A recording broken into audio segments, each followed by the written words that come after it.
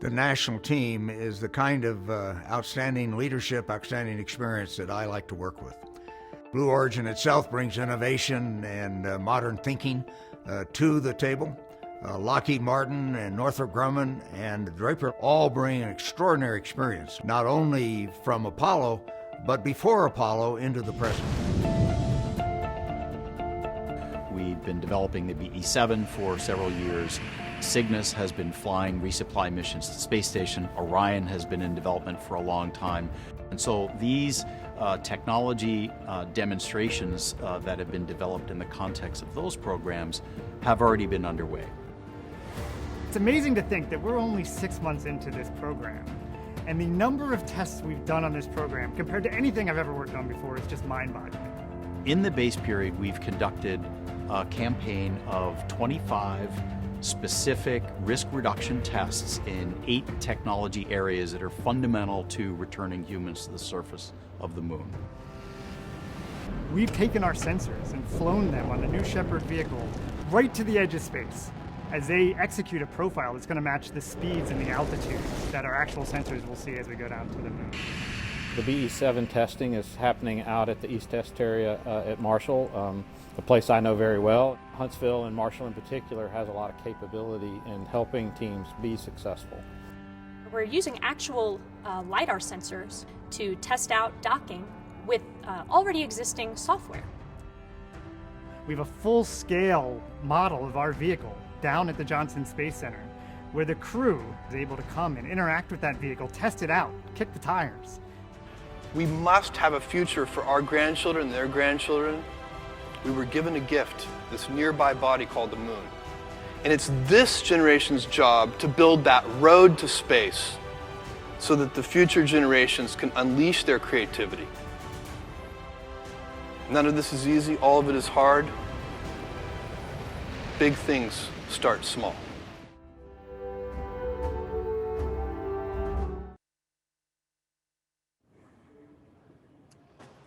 Hello, everyone, and welcome to the National Team webinar on the Human Landing System. I'm John Zarella, and I am joining you from Huntsville, Alabama. I'm at the U.S. Space and Rocket Center. I'm actually sitting beneath perhaps the most iconic vehicle in the history of the U.S. space program, the old Saturn V moon rocket. And this is the real deal, this one that I'm sitting under. It was one of the last of the old Saturn V's that was built, but never flew.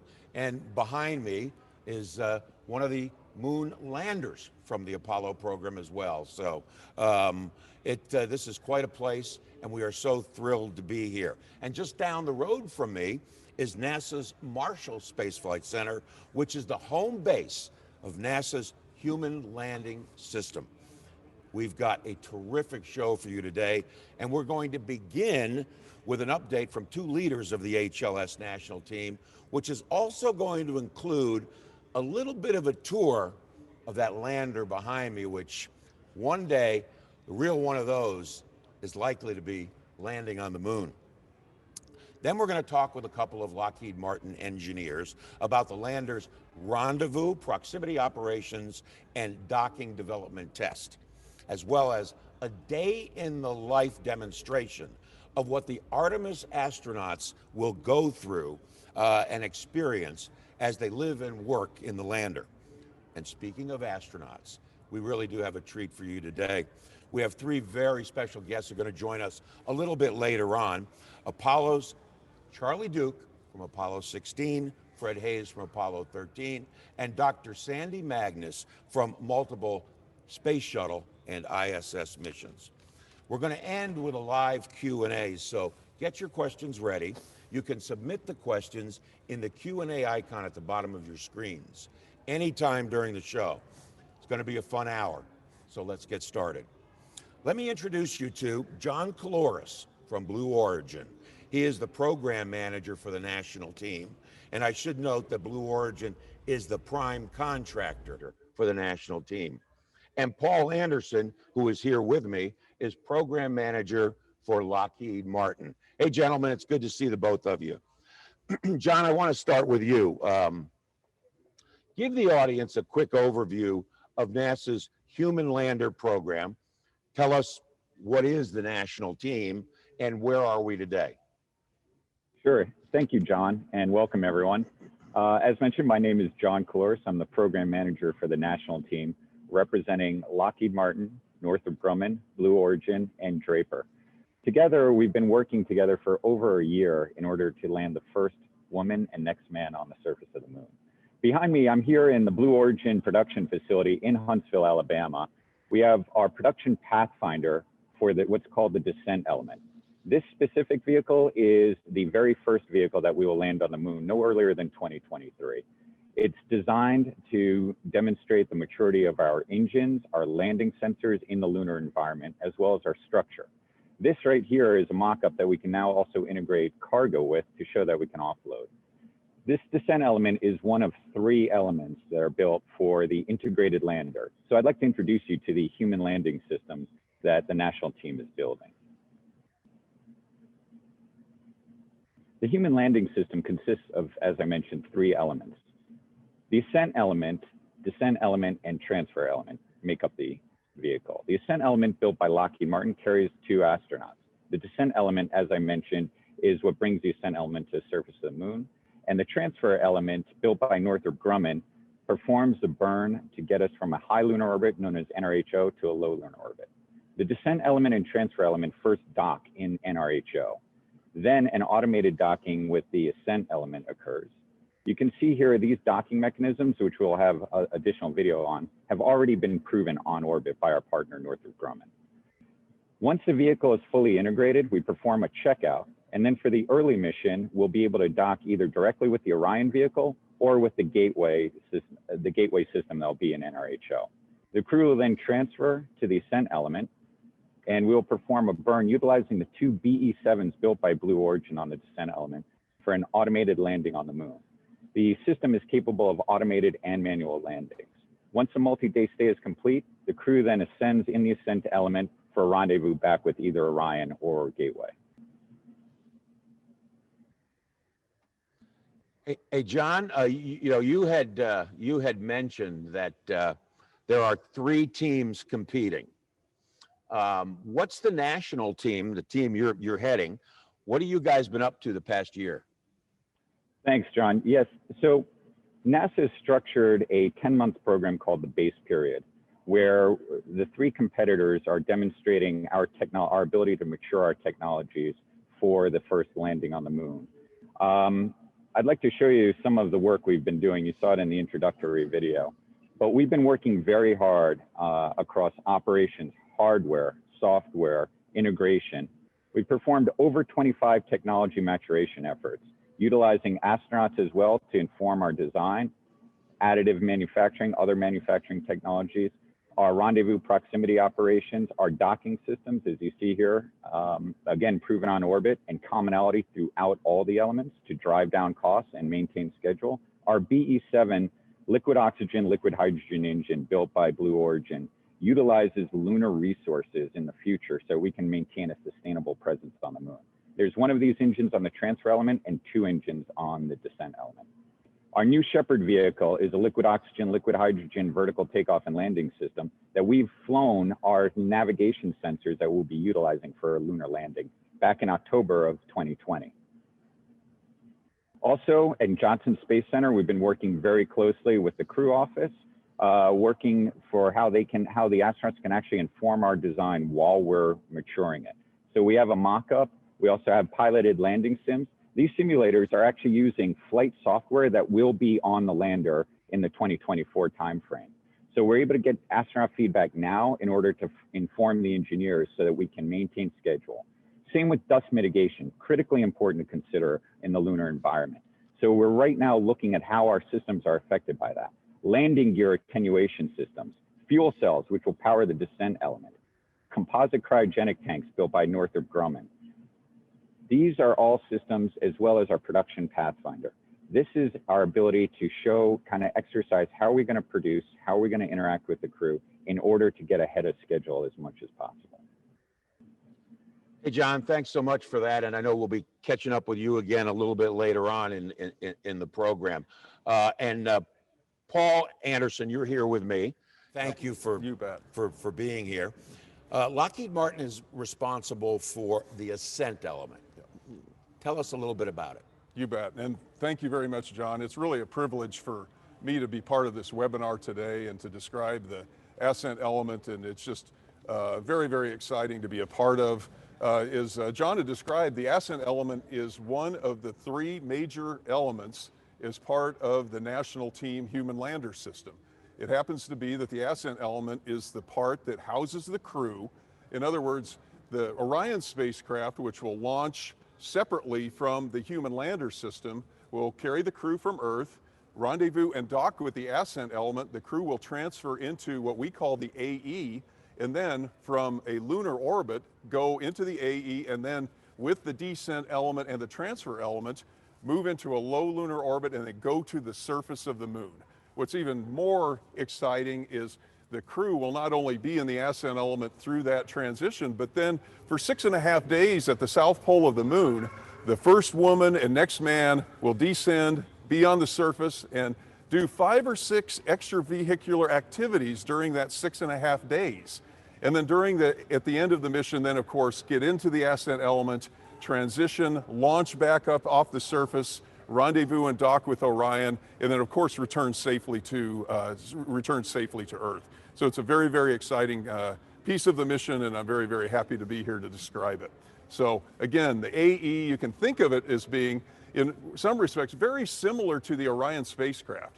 And I'm going to talk just a bit about that. Orion, actually, it's a really big day for Orion. Actually, today is the day that Lockheed Martin gets to hand the very first Orion spacecraft over to NASA. That's going to occur later today, getting ready for the Artemis 1 mission that will launch later this year with the Space Launch System rocket. So it's a very, very exciting day for Lockheed Martin on many fronts. So again, when the crew gets transferred from Orion into the ascent element, the experience will be very, very similar. We have the good fortune of not only developing the ascent element, but having developed Orion, the experience, the inside, the crew displays, the software, all is going to be virtually identical to what the crew has to train on Orion. So it'll be a very seamless operation.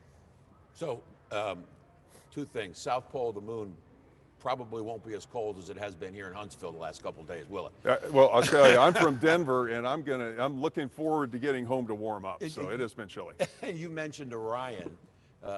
That's being done today at Kennedy at the Space Center in Florida. That is correct. That is correct. So the Orion spacecraft, again, has been in development for a number of years, being built down at the Operation ONC building at Kennedy Space Center. It is now completed. It's getting handed over to ground operations down at Kennedy, that then will do the integration with the rocket and the Space Launch System, and then go for flight later this year. Now I'm going to put you on the spot. Okay. We've got this really cool mock-up here, right? Exactly. Give us a little bit of a show and tell. Tell us what it is, what we're looking at over here. Okay, you bet. So I'm going to actually be able to transition over here. My folks follow me. You head on over there. I'll head on over. And one of the very, very first features of this is you see the height and the size of this. It's very, very impressive. Start off, this is a model, basically a high fidelity model that Lockheed Martin donated to the Space and Rocket Center. The reason we do this is just when the public gets an opportunity to see this, it is very spectacular. It is large. It is about 15 feet in diameter, a little under 20 feet in height. And then when you compare it to the lunar module, again, this is the Apollo lander, who has both their descent stage and ascent stage. The ascent stage for the Human Lander System is approximately the same size as the entire LEM. And now one of the features of this being fairly tall off the ground, you can see the ladder, again, the ascent element. Imagine another 20 feet below for the Blue Origin descent stage. This is a real safety feature, believe it or not. When the crew gets out of this AE and lands, and they land on the surface and then get back into the crew module, the fact that it is off the ground, it is safely away from any debris that could be kicked up during the descent phase, or of course, because it is separate from the descent stage, is a major safety feature. So it can launch, it can abort at any time during the mission. It's a completely separate vehicle, and so not only does the ascent element itself have redundant features, but also because it is separate and designed differently than the descent stage, really offers that safety and redundancy and reliability. I wanted to ask you a quick follow-up. Everything is automated, right? I mean, you know, when Neil Armstrong was trying to find his way down to the surface and not hit any rocks and boulders, you don't have that issue, do you? No, this is a whole different vehicle. Now, it may look in some respects like an Apollo system, but you just think about your car and the avionics and the controls and the displays today compared to something that was in the 60s. So everything is done autonomously. We have a lot of experience at Lockheed Martin landing things on other heavenly bodies. On Mars, we've done a number of missions. We've taken some of that technology and also incorporated it into the human lander. And again, having the Orion system as the avionics, the computers, the power system, identical to that. We have a lot of experience with that and with the software. And it's not only Lockheed Martin, it's also our entire supply base that we have used so well on the Orion vehicle. We're bringing right back onto the human lander system. So we're extremely excited, very modern, absolutely state-of-the-art technology, and we're just super excited about providing this capability. I think we're all pretty excited. Can't wait to see these things actually landing on the moon. It is coming, and it's coming very quickly, so we're very, very excited about it. Thank you, Paul. You bet. And John Caloris, thank you as well. And again, we'll be getting back to the both of you a little bit later on. And now we're going to head over to two Lockheed Martin engineers who have been working on the lunar lander, Charity Duke and Javora Hall. Thank you both for joining us, Charity, Javora. And Charity, I'm going to start with you. You played an important role in some validation tests in Denver. Can you tell us about that? But before you do that, tell us a little bit about your role in the human landing system. Yeah, thanks, John. I really love talking about this stuff. So my name is Charity Duke, and I am the guidance, navigation, and control lead for the human landing system here at Lockheed Martin. So my team is responsible for the navigation, the guidance, and control of the vehicle. So navigation tells you where you are in space. Guidance helps you figure out how to get from where you are to where you want to be. And control is all the software that actually fires the thrusters to actually get us from where we are to where we want to go. So we get to do some pretty amazing stuff. I know I'm a little biased, but one of the coolest things we get to do is docking in space. So that's where we have two completely separate vehicles, and we get to bring those vehicles together in space. Now, everything we do in space is hard, right? It's a very tough and challenging environment. And when you look at a human spaceflight program such as HLS, it gets even harder because now we have the concern of keeping the people safe, right? So one of the things that we do to buy down the risk to all of this testing in space is we do a lot of testing here on the ground, and we try to make everything that we do on the ground as close as possible to how we are going to fly in space. Now, one of the big challenges we have is that on the Earth, we have gravity constantly pulling us down. And in space, we're in orbit, so we can move in 6 directions. So you can go left, right, up, down, and out, and then you can twist about all those different directions. So that's where this particular facility comes into play. So I am standing in Lockheed Martin's Space Operations Simulation Center out in Littleton, Colorado. And this facility is designed specifically to simulate dockings in space. So you can see about half of the facility behind me. It's really about the length of a football field. So there's a whole bunch over there still. And this is an ultra stable facility. The floor I'm standing on is built into the country's largest swath of bedrock. So you could go take a jackhammer over there, I wouldn't feel a thing. So now we have this really great facility, and add to it a 33-foot tall, 10-meter for you metric folks, robot. So that's this huge thing behind me. And that robot can move freely in those 6 directions that we talked about. So if you add a spacecraft onto the arm of this robot, you can make it exactly like we were flying in space. And so that is completely what we did with this test. So we took this robot and we put a spacecraft on it that we pretended was the ascent element. So the ascent element, again, is the element that is carrying the astronauts. Then on the other side of our facility, we made a stationary target that was a mock-up of our descent element. The descent element is the element that's responsible for controlling our landing on the lunar surface. So then we came back and we added a sensor called a LiDAR to this ascent element behind me. And a LiDAR, that stands for light detection and ranging. It's kind of like a radar, but with light instead of sound. So that LiDAR is able to detect where the descent element is, how it's rotated, and how far it is from our ascent element. So now we have two different vehicles, one on each side, and the LiDAR is sending out all that information. It takes that information that it gathers and it sends it back to our software. So our software is able to look at that information from the LiDAR and say, okay, I know where my ascent element is. Now I know where my descent element is, does a whole bunch of math, and then it fires some virtual thrusters to move the ascent element closer to the descent element so we can get to that docking event that we're really striving for. So now we get to play with this giant robot that, yes, we've equipped with a laser, battle robots kind of thing. Don't worry, it's all super safe. And that's, we keep doing that over and over again, and that's how we dock our ascent element to our descent element.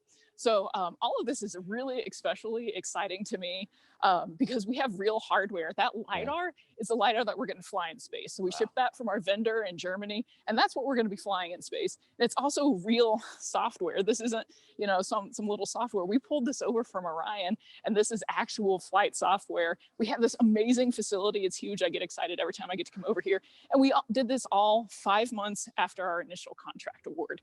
So John, that's like a really accelerated schedule. I mean, nothing happens that fast, but that is imperative. That is how the HLS program has to operate if we want to buy down the risk that comes with landing people on the moon. So like I said, all this software comes from Orion, and that's how we were able to do this so quickly. It's already developed specifically for human spaceflight. It's super safe because we designed it for human spaceflight. We've tested it. Like Paul mentioned, we're turning over the control of our Artemis 1 vehicle to NASA today. That's a huge step for Orion. It was a lot of testing went into that. We've already flown our Exploration Flight Test 1 vehicle. And now I am biased, John, because I've worked on Orion for a lot of years, but I just think Orion has given us such a spectacular place to start from. You know, you're certainly it's fine if you're biased. We don't have any problem with that at all. Thanks, But you have given me a headache with all this. I mean, I'm having a hard time grasping all this. But I know you've got and you're a heck of a lot smarter than I'll ever be. But you've got a video that maybe visually we can I can get a better idea. So let's take a look at that video.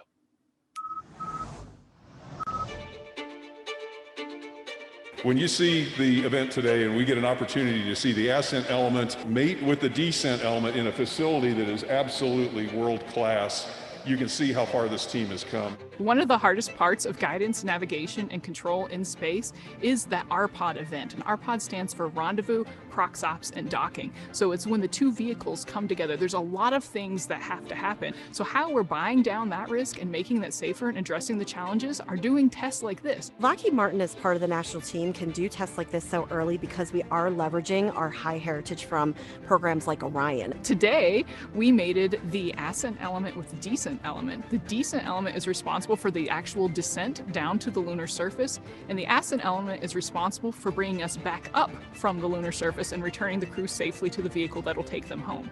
With the augmented reality, you got to see the whole thing. Augmented reality was used, first of all, because it is so cool, but really augmented reality is based on our actual design. And so we can leverage the augmented reality to really give us good insight. You can simulate and simulate and simulate, but at the end of the day, until you put the hardware in the loop and have everything in the loop, you really don't know how it's going to act. Landing the next man and first woman on the moon is really going to take a strong partnership like the one we're building on the national team. It's the national team leveraging our heritage flight software that's going to return us to the moon, this time to stay.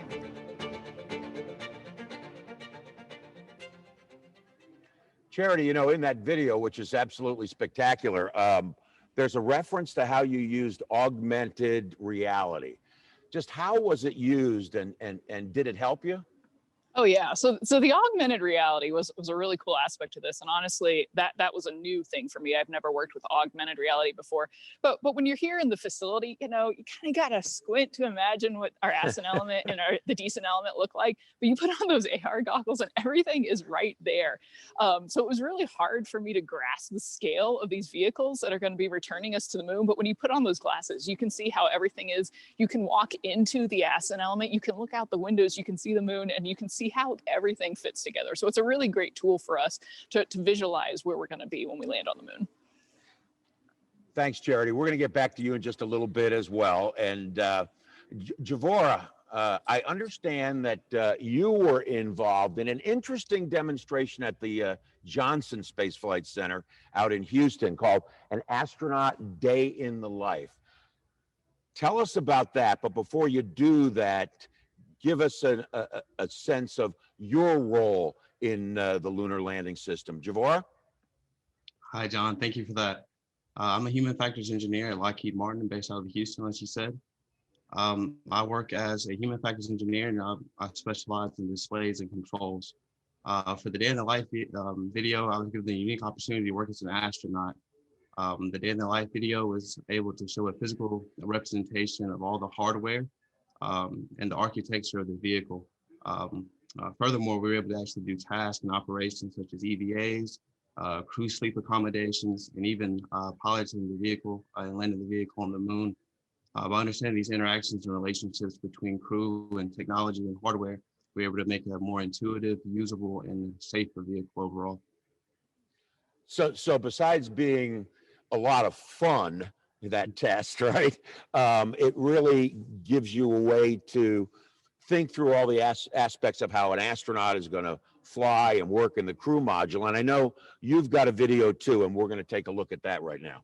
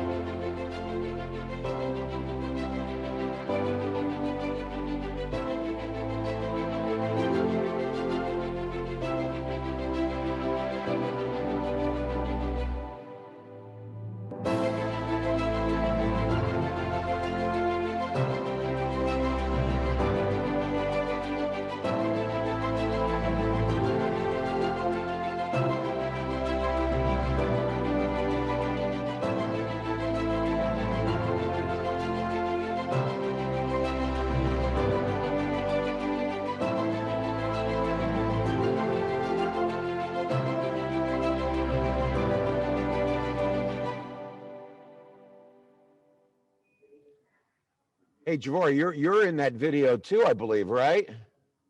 Yes, sir. I actually was able to be an astronaut. Yes, sir. Something I always wanted to do, never had the chance. Can you tell us some of the things you learned from the test and what changes came out of that demonstration? I learned a great deal by doing the test. One of the things that I felt that was very interesting was the similarities between Orion and the HLS vehicle. What I mean by that is that the flight displays as well as the flight controls were very similar. If you can imagine going to rent a car and comparing that car to your day-to-day vehicle, with that being very seamless and similar, you're able to have a great driving experience, so to speak. Again, one of the things that I felt like I learned a lot as well, and we improved upon, is using the augmented reality, being able to understand exactly where the different hardware is going into the mock-up outside of our computer-aided design, able to understand where the hardware is in the vehicle by using the virtual reality and augmented reality helped out a ton for our engineers and our subject matter experts. Thanks, Javora. I want to bring Charity back in if she's there. Charity, earlier John had mentioned that the national team did 25 validation tests. What other tests were you a part of at Lockheed Martin? Oh yeah, so there's really been a lot of cool tests, and you got to see that in John Cloris's video montage, right? And it's really hard to capture that full body of work. So in addition to the docking, that rendezvous proxops, the docking test that we did here in the Space Operations Simulation Center, we also did a software-based docking simulation to Gateway. So Gateway is that lunar station that's going to be established in lunar orbit. So the HLS vehicle, the national team HLS vehicle, is fully extensible to docking with Gateway. So we demonstrated that. We did a lunar descent, which of course really is what everyone really wants to see. And the part that was really exciting about that for me is we brought in some actual real live astronauts, not the same ones we have today. So, but you know, I get excited about that. So they actually did a manual piloting scenario where they piloted that down to the lunar surface. We did some hands-on evaluation for methods for dealing with lunar dust. And you're like, dust, no big deal. No, on the moon, dust is a really big deal, John, because there's no water and there's no air. So that dust and that rock and that regolith, it doesn't get eroded. So it becomes like these sticky burrs that stick to everything. And we learned on Apollo that lunar dust is a really big deal and can really affect our system. So we actually brought in Jack Schmidt from, he's an Apollo astronaut. Yeah. He gave us some really great insights. We did some really great tests there. We have a lot of other tests. I think those are my personal favorites, those software tests, like I said. Oh, we did an ascent test too. We did an ascent from the lunar surface. So, you know, so we did all kinds of things, and we were really able to leverage that Orion heritage to do all of this so quickly. And all those tests, for me, it always comes back to the safety of the astronauts, the safety of the crew, and the safety of the vehicle. So all of those tests fed directly into that safety. So that's why those are so important to me and why they're some of my favorites. Between you and Javor, I'm not sure what tests didn't you do. You guys have done just about everything you possibly could. And I think I've heard some stories about that lunar dust from the Apollo guys, and it was like all over inside the spacecraft, you know, after they came back from their little jaunts. So yeah, I know what you're talking about. Well, it's clear the national team has been hard at work and all the testing and demonstrations. And I want to thank the both of you for sharing some of this with us today. And clearly we can see the excitement you guys both have in the program and where you're going. And now we're going to shift gears and we're going to move on to our next segment with our very special guests. Joining us, Charlie Duke, the lunar module pilot for Apollo 16, Fred Haise, lunar module pilot for Apollo 13, and Sandy Magnus, astronaut on Space Shuttle mission STS-112, ISS Expedition 18, and the final flight of the Space Shuttle STS-135. I have to tell you all that this is just an absolute honor and a pleasure to be able to talk with all of you today. Now, Charlie and Fred, you are both Apollo lunar mission legends. What are your thoughts about NASA's Artemis efforts to go back to the moon and about the human landing system? Charlie, I'm going to start with you. Well, from what I've seen, and it's a tremendous technology. It's order of magnitude above what we had, of course, and the testing of the equipment and the systems, the softwares, as told by Charity and others, it is going to be a great event. And I'm really excited about seeing this thing get airborne and touching down on the moon. Fred, how about you? You, but the same. What do you think about HLS and Artemis? Well, I think it's about time. It's been 50 years, a little more or less since we've been back to the moon. As far as the landing system, it struck me as an improvement in several ways. Obviously, it's the crew cabin on the ascent stage has a little more volume because the first landing with people planning to stay some 6 days. So be a little better accommodations for just living quarters to have, other than that hammock arrangement, place to sleep and eat during those 6 days, a little better living that way. It also struck me as good in the sense of the descent ascent stage configuration, which we had in the lunar Grumman design, where if you hope not, but if you had any dynamic situation with the landing that could possibly damage engines of Sage, you now had a fully integral ascent stage which to me is similar to an aircraft, constituted a good plan B, where you can not only use it for your normal liftoff, which was the occasion on all Apollo missions, but also as an emergency way to get back up into orbit. And Sandy, let me bring you in here. We all know there were no female astronauts on Apollo, but this time NASA said the first woman to walk on the moon is going to be under the Artemis program and landing in an HLS. What are your thoughts about this, and why is it so important? Yeah, thanks, John, for that question. You know, when I was a young girl dreaming of being an astronaut, I had no idea how I was going to do it or if it was even possible. And then when I started high school in 1978 was the first year that NASA accepted female astronauts. And it made a huge impression on me because I could see that my dream was possible, and it really inspired me. And that's what's going to happen when we put a woman on the moon for the first time. A lot of young women all over the world are going to see that, and it's going to inspire them to achieve their dreams. Because at the end of the day, role models are really important, whether it's for young women or young men. It's really important to have role models, and this will be a spectacular moment of having a very visible role model for young ladies.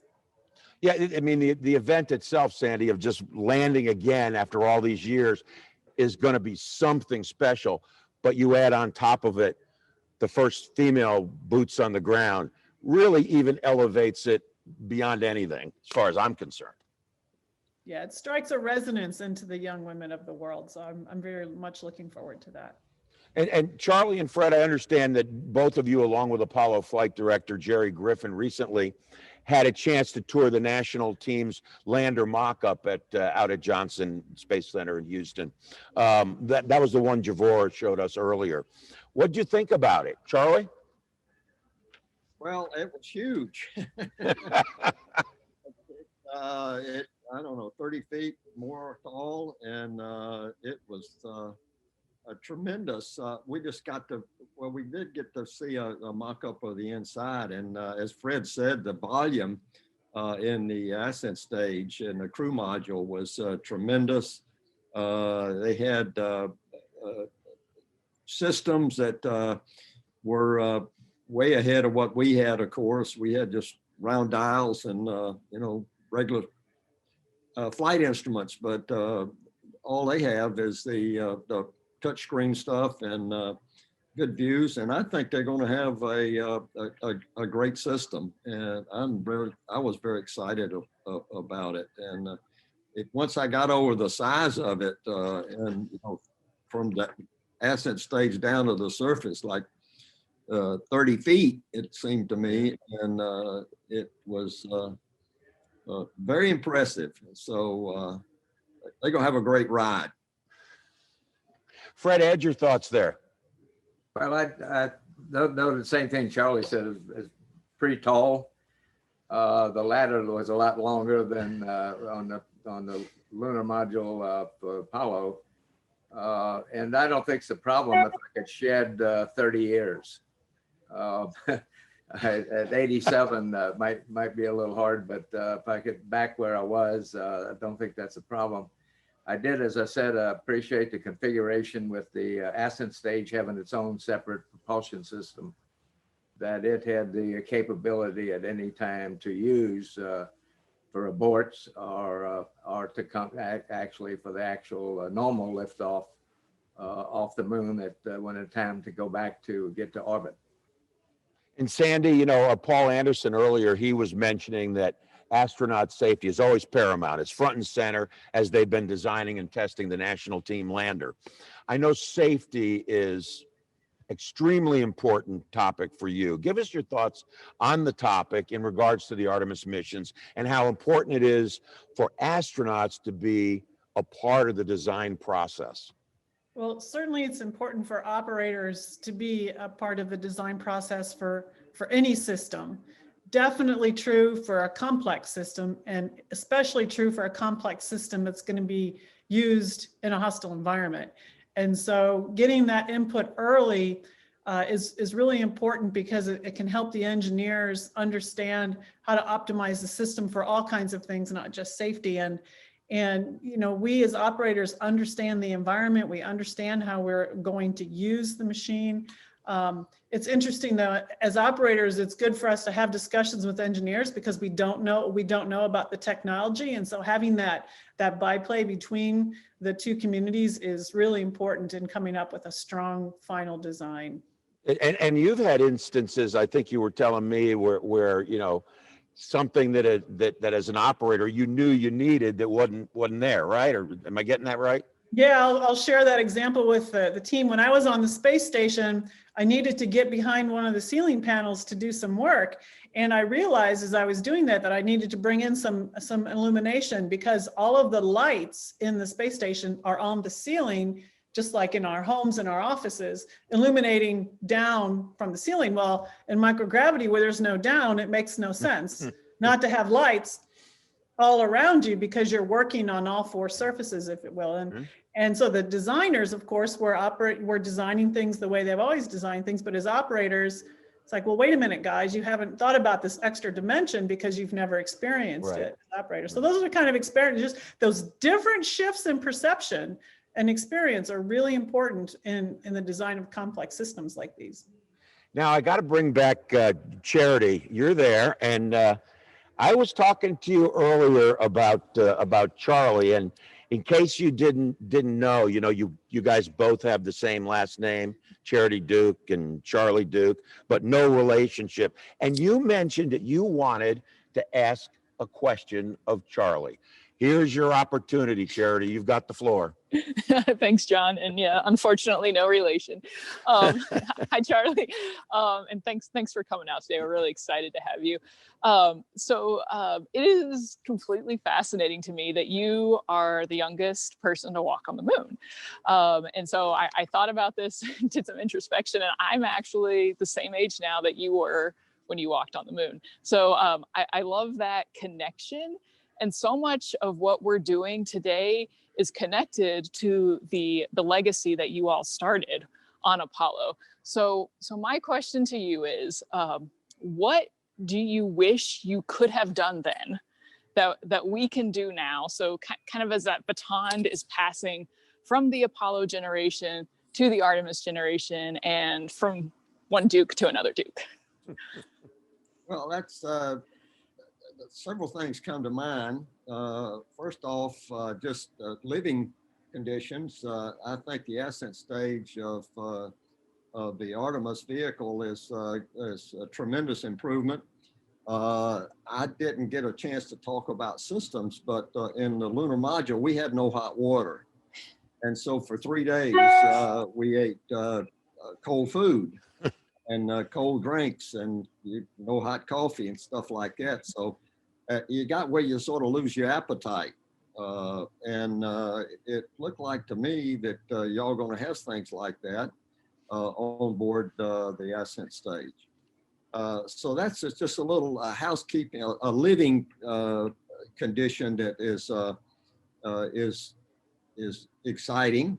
Plus the volume that you have where you can hang your hammocks and not be on top of one another.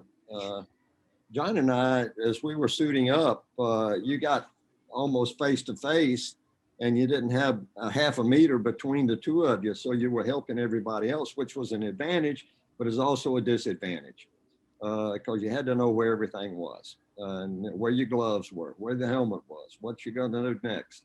And so with a bigger volume, I think you're going to have an easier time preparing for EVAs on a 6-day mission.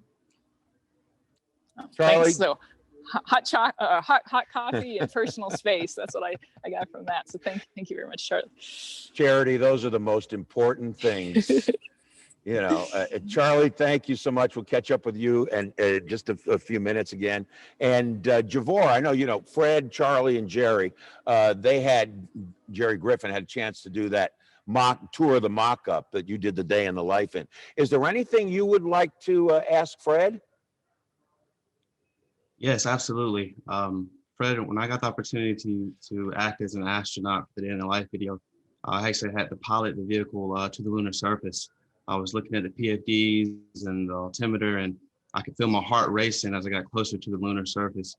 Even though it's just a simulation, I could feel that realism. Could you please speak about how flight simulations are correlated to actual real-life space flight and how they could help? Well, we trained for EVAs in several ways. Probably the closest to flight was what we did in from the training building at the Kennedy Space Center, where we had a full-scale mock-up, and we went through the whole ritual of preparing to go outside, suiting up, etc. We got to the point of pressurization, and then unpressurized and took helmet and gloves off to climb down the ladder. On the surface, were repressurized and did exactly all following the checklist, all the work and things we had to do around the descent stage, to a point again where we depressurized the suit, took helmet and gloves off, and crawled on the back of a pickup truck that had the tailgate down. And that hauled us out to this fake lunar field that was out to the side of the training building. Again, suited up, fully pressurized, had a suit tech trailing you with a container that was feeding you cooled water into your inner suit. And you went through the entire EVA exercise using your cuff checklist to do all the same tasks you're going to do at each of the EVAs that were planned. These are very long days, long exercises, the order of 6 hours, 7 hours. By the time you got done, you were sort of squishing in your boots, I remember, from the perspiration. That was, you had water in your feet by the time you got done with this. But same way at the end, you depressurized, hopped back on that pickup truck, went back inside, did all the cleanup around the descent stage, pressurized and depressurized, crawled up the ladder, and in the crew cabin, did all what you did to get clear of your suit at the end of that EVA. So I said it was a long day, but it was very realistic from the sense of doing all the tasks and religiously following a checklist that prescribed what you're going to do and what you're going to do out on the surface. Devor, Fred, thank you. We'll catch up with you guys in just a little bit when we get to the question and answer segment here. Sandy, you were recently the executive director of the American Institute of Aeronautics and Astronautics. Talk to us about the industry's role in HLS and Artemis and why the commercial approach is so different from what you experienced in shuttle and then before that, what the Apollo program was. Yeah, thanks, John. When I was executive director of AIAA, I created a model to help explain to people the dynamics of what's going on in the space industry now with respect to government roles versus commercial role or industry roles and where it's all going. So if you think of the Earth, and our experiences with the Earth is and this expanding bubble of human exercises and enterprises as we get off the planet, with the exception of the Apollo, which we're of course getting ready to repeat, we've expanded off into low Earth orbit, and the government has sort of led the way, doing a lot of the hard work and the investment in the research and development and the operations and even just the management of how you do that. And so after 50 years of that investment, we're at this unique place where we have a lot of experience that's foundational across the community about how to operate in space, and technologies is really advanced to the point where kids in college and even high schools are doing things in space with small sats and CubeSats that would have been so unusual in my era. So as the capabilities have been spread around, and as the technology has come along, the government's going, okay, hey, you know what? It looks like we're at this point where we can start building a stronger ecosystem off the planet, and it doesn't necessarily have to be only the government leading. Now we've got enough understanding across the private sector of what's engaged, so the risk-reward system's up. The government is allowing these entities in the private sector to engage differently, and so now as we go into low Earth orbit, into the moon, the government is expanding that bubble, but they're doing it in a way that will broaden and deepen the way private industry engage so we can create an economic sphere out there. So for example, with the human lander system, let's just use that as, since it's the conversation today, the government is contracting with private industry for them to produce a human lander system that the government will be able to use, but the government won't own it. So it's the difference between owning a car, like we did in the shuttle, for example, and deciding how we're going to use the car and how we're going to operate the car, and no one else can use the car, versus where we are today, where the government is very judiciously trying to create systems where private industry can, quote, own the car, and the government contracts for the car and uses the car, but the private industry has the ability to take that system and do other things with it and create then other activities in space that expand again and deepen and broaden that sphere of engagement. So it's a really exciting time to be in the space industry, because we're at that point after 50 years where we think we can, you know, start transitioning and creating a bigger community of people who engage across a broader swath of all of human across the globe. So it's super exciting, actually. You know, and this has all been super exciting. We've used up so much time already. We don't have any time for any more of this discussion. It would be great to go on, but we want to get to some of the questions. I want to thank you, Sandy and Charlie and Fred particularly. And remember, folks, you can go to that to your Q&A icon at the bottom there, and we can get some questions in. As soon as we get those questions, we're going to bring everybody back in. And as soon as we have some questions pop up, we'll hit you with them here.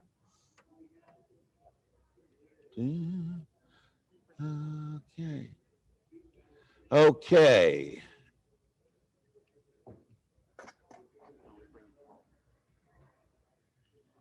All right, I have a question here. Finally, I found it. This is from Brianna Beck. How has it been collaborating with Northrop Grumman, Blue Origin, and Draper? What goes into developing the vehicles with other companies? John Caloris, you want to try that one? Certainly, thanks, John. So it's been a great collaborative effort. We each bring strengths to the team, and we've been able to work very well together. As we said, we're making the best mix of heritage and proven technologies with a commercial approach to get us to the moon, not only as quickly as possible and as safely as possible, but also to get there in a sustaining manner. And working with Lockheed Martin and Northrop Grumman and Draper has been fantastic. It really has been. Orion has been a great pathfinder for us. Cygnus has been a great pathfinder for us. Draper's work in guidance, navigation, control has allowed us to make leaps and bounds for items such as surface operations, getting to the surface of the moon. And then also working with our NASA partner. Because they've worked with these partners before, we're all able to work collaboratively. And again, as the prime Blue Origin, we're looking forward to it. The relationship we have with Paul from Lockheed, with Sally and their entire teams, as well as Alan from Draper, Sally from Northrop Grumman, has been spot on. I'm excited about it. And again, the base period will prove how well we've done. Yeah. This question comes from David Rosing, and he asks, when the system is mature, how much cargo, volume and mass, can be left on the moon for experiments or future habitat models? Paul, do you want to take that? Is that in your wheelhouse? Yeah, I'll give it a shot. Maybe John can. And then John can chime in as well. Again, as I described before, when we looked at the ascent element, that is really, if you think about it, that's really kind of cargo itself relative to the descent element being able to land on the moon. So I'll have John comment about the 2023 opportunity where there's going to be, I'll say, a cargo lander. It's really a test flight in advance of the first human or the first woman on the moon on the subsequent mission. But the ascent element itself, the first mission, we're going to be able to carry about 100 kilograms of, I'll say, moon assets back to Earth. And be able to carry both the crew to the surface as well as other equipment down to the surface. But really, the descent element itself really has a lot of capability to deliver to the moon. So maybe I'll turn it over to John C. and have him answer that a little bit further. John? Yeah, thanks, Paul. So yeah, we have multiple configurations of what we can carry. As you can see, actually, I'm glad we're in front of the Pathfinder here. We have the upper deck that we can carry cargo on. For this first mission, the primary mission in no earlier than 2023 is to demonstrate our technologies are ready to carry humans to the moon. So the main purpose of that mission is to prove engines, structure, tanks, etc. Our cryogenic fluid management system, our landing navigation sensors. However, we are going to be able to carry up to 1,000 kilograms of cargo on that mission. Not only on the upper deck, but also there are EVA boxes along the bottom here that we will be able to carry payloads on. We can even attach some payloads to the legs. What is important about the element structure that we have is each element is an independent spacecraft. So the descent element will form the basis of a cargo lander that can carry well above 10,000 kilograms to the surface. And not only that, because we utilize liquid oxygen, liquid hydrogen, the descent elements that remain on the moon can become fuel depots as we mine these propellants. We're the only competitor that our main propellants can be mined from the moon, liquid oxygen, liquid hydrogen. That forms the basis of what we're trying to do. And that's why the descent element can manage those fluids, manage those propellants, and become mini fuel depots. We can even, as we build this, as we build resource management on the moon, we'll then be able to even fly descent elements back off the surface of the moon for a rendezvous either with Gateway or with an ascent element to bring the next set of crew down.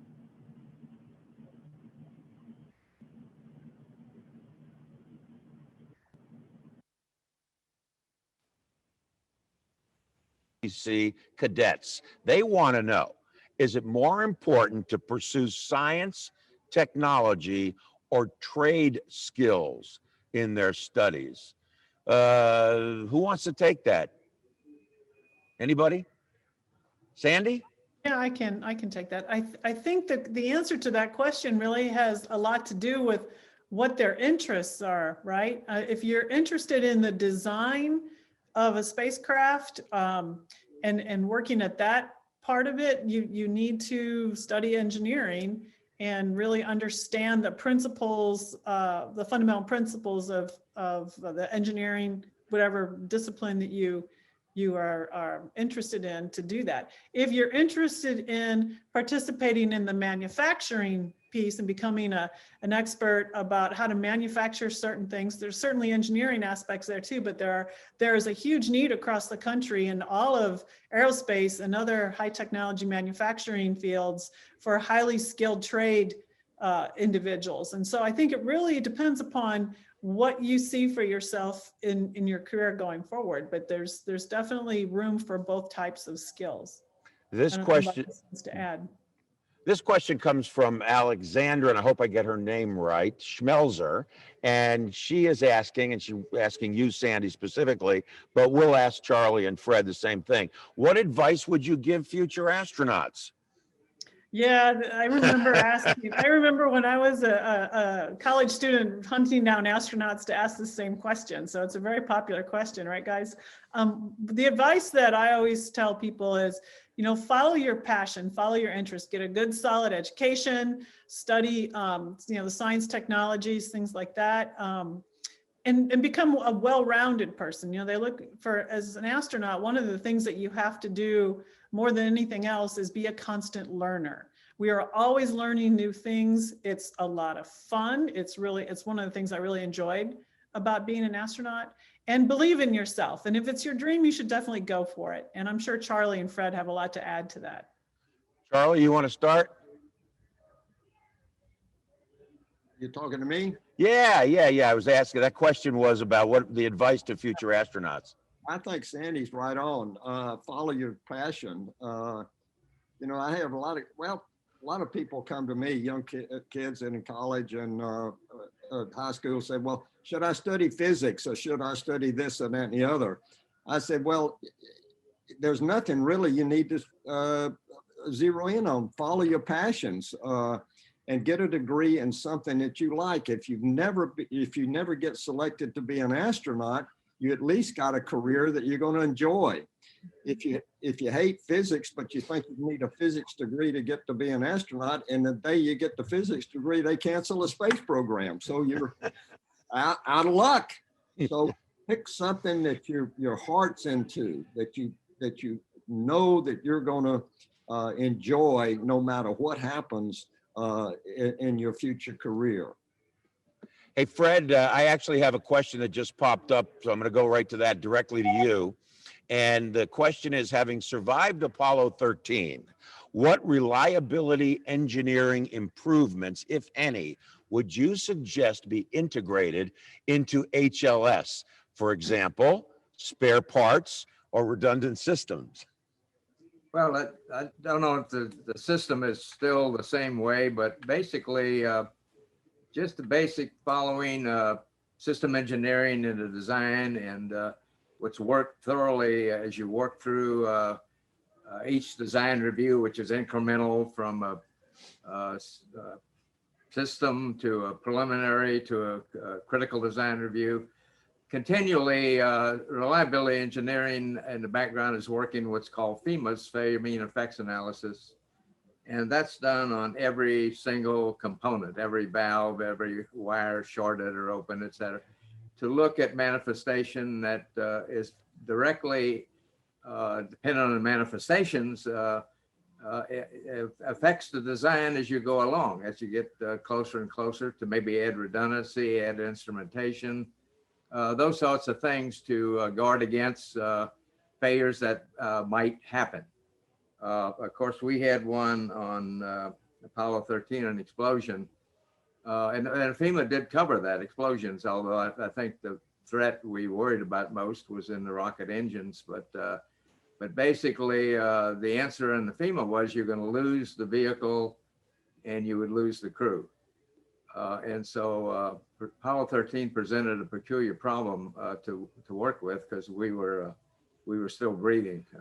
We were still alive, so there was no ready plan B for our situation. That it required a lot of scrambling and loss of sleep to get us back. Fred, thanks very much. And that, Josh, I didn't forget you. That was from Josh Campbell. And this comes from Ben Evans for Paul. Lunar dust is abrasive and potentially dangerous. How will dust be mitigated and controlled whilst the crew is on the surface? Thanks. So, I think Charity talked a little bit about that too. I will very quickly hit this. And again, the key to lunar dust is really twofold. One is to try to minimize the amount that the crew actually brings back into the ascent element. So there's a number of features that we're putting within the design of the overall system for minimizing even anti-static sort of things within the suits. Avoid or minimize the amount of dust that goes back into the crew module. The other piece of it is the dust that does get into the crew module, making sure we have the right filters, the right environmental control systems, all of those aspects to when the dust is in the cabin, make sure it filters out and maintains safety for the crew. So we really attack both, prevention of getting it in as best we can, and then filtering and controlling once it's inside the crew cabin. Very important to safety. Folks, I wish, and I know you do, we had more time to talk. We could certainly go all day, but we are out of time. And I know I'm excited after this hour about the future of NASA's Artemis program and getting an Artemis generation astronauts to the moon, and most importantly, to stay. I mean, that's really the key. I'd like to thank all of our guests here today, especially Fred and Charlie and Sandy. Greatly appreciate the three of you participating. We've got a quick poll to get your thoughts on how informative you felt this session was, folks. So please answer the question on your screen. And we are going to leave the show today by taking a look at one final video. From the national team, I'm John Zarella. Thank you all. Enjoy the day.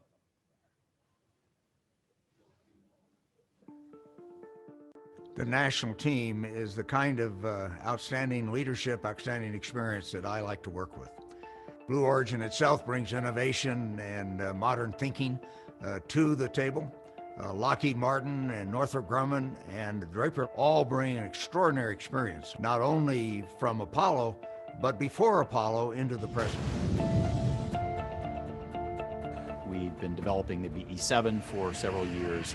Cygnus has been flying resupply missions to the space station. Orion has been in development for a long time. And so these technology demonstrations that have been developed in the context of those programs have already been underway. It's amazing to think that we're only 6 months into this program, and the number of tests we've done on this program compared to anything I've ever worked on before is just mind-boggling. In the base period, we've conducted a campaign of 25 specific risk reduction tests in 8 technology areas that are fundamental to returning humans to the surface of the moon. We've taken our sensors and flown them on the new Shepard vehicle right to the edge of space as they execute a profile that's going to match the speeds and the altitude that our actual sensors will see as we go down to the moon. The BE-7 testing is happening out at the East Test area at Marshall, a place I know very well. Huntsville and Marshall in particular has a lot of capability in helping teams be successful. We're using actual LiDAR sensors to test out docking with already existing software. We have a full-scale model of our vehicle down at the Johnson Space Center, where the crew is able to come and interact with that vehicle, test it out, kick the tires. We must have a future for our grandchildren and their grandchildren. We were given a gift, this nearby body called the moon. And it's this generation's job to build that road to space so that the future generations can unleash their creativity. None of this is easy, all of it is hard. Big things start small.